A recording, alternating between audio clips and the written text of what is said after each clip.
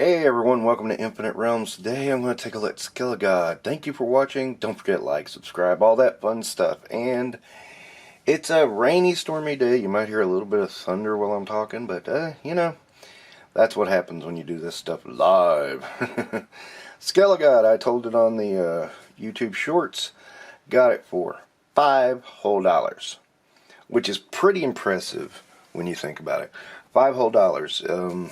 Amazon, they had it at $7 and they dropped it to $5. That's pretty darn good. And I didn't realize this was a deluxe figure until I got it. I really hadn't paid that much attention to it. I didn't know it popped up at Ollie's, and then next thing I know, it's like cheap. But yeah, I think Amazon marked it down for like 3 minutes, and I got lucky.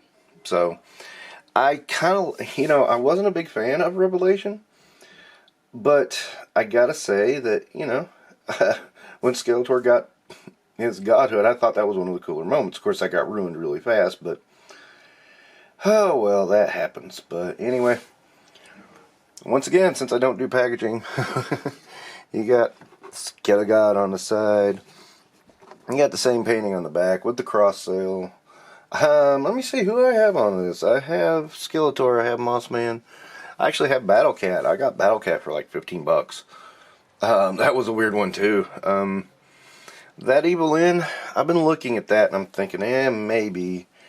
But I keep wanting to get a more classic Evil-Lyn, and I struggle with that. So I may bend and just get that one, because the Evil-Lyns they're putting out are not exactly where I was wanting to go with it. So yeah, there we are. Alright, let's get this big bad boy out of the package and see what we got. Alright, so here is Skelegod out of the box, and he comes with the Sword of Power. He's got 2 grasping hands, a flame effect that looks nice. I'll do something with that later, and 2 kind of, whoa, big boy, don't fall down. 2 kind of big, open, grasping hands. Grr. Now, I really do like that, his head hits on this translucent green plastic. Looks like flames. That's great. I love it. And he looks imposing and menacing. Also like on the cape, how it's got these plastic bits right here. Yeah, that's nice. This is some nice stuff. And I mean, it weighs it down without being in the way. It's really cool. Really cool. I like it. So as I said, I wasn't a huge fan of the Revelations cartoon. It basically did not say that it was what it ended up being. And oh, that's appropriate right there, huh? And but I do like Skelegod. I thought he was a logical place to go with that, and I'm glad it ended up in a good place, because for that moment anyway. I mean, of course then Evil-Lyn comes along and screws it up, but nature of the beast, I guess.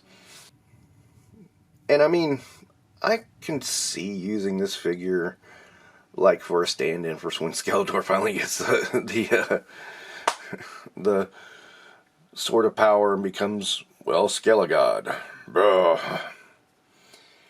And that's kind of what I like about it. I mean, this was one I was like, gosh, I want it, but even the Ollie's price, I was a little bit like, no, I don't know. And then that $5 price was just too good. I thought, wow, getting this for $5, I mean, this is a big honking figure. In fact,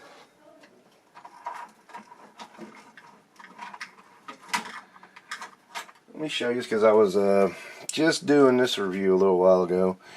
Here he is beside of Shadow Weaver, to give you an idea how big this boy is. I mean, yeah, he's a takes up some space. I'll put it that way. Of course, this might be an unfair comparison because Shadow Weaver is a bit skinnier and smaller, but I think it gives you an idea in relation to the other Masters of the Universe figures how much bigger Skelegod is. And of course, as you'd expect for Masterverse, we've got double jointed pinless all over the place. Again, Mattel is knocking it out of the park with that idea. And it's funny because you see Mattel all their stuff's gone pinless almost, and then you still keep seeing so many pins out of Hasbro. It's like, geez. It's no wonder some people are bigger fans of Mattel than Hasbro. I can see why. Plus, they don't send private investigators to your door to take back your trading cards. Just to be on an even keel. While not my favorite in the world, I mean, I really like this look, this idea, the whole thing behind it. I get the execution. I like the execution. I think everything there works. I didn't think the story worked in Revelation, but that's okay, because this overall works for me quite well. So I am kind of glad I grabbed this. I was hesitant to, and then I just took the plunge and said, just grab it, and, you know, for $5, that's hard to beat. So my overall feelings on Skelegod is that, yes, a very good figure for a series that didn't quite work out, and an idea that had a good bit of merit on paper, but in story was executed poorly.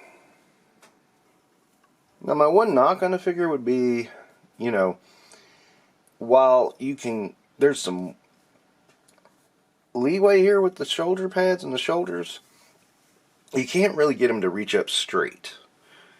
So there is some limitations on articulation. It's not major. It's actually less so than was with Ronin from Hasbro, but it's there. I mean, it's hard to deny. So that would be my one knock. All considered, I mean, he's not the best in the world, but worth it if you can get a deal. 3.5 stars. It's not a great figure, but God, it's fun.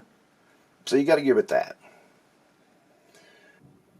Okay, that's sort of my quick and easy and simple review of Skelegod from Masters of the Universe Masterverse series. Alright, hope you're dry where you're at, because my yard is wet as hell right now. And so is my house. But thankfully I'm inside and dry. So, don't forget to like and subscribe. Thank you for watching.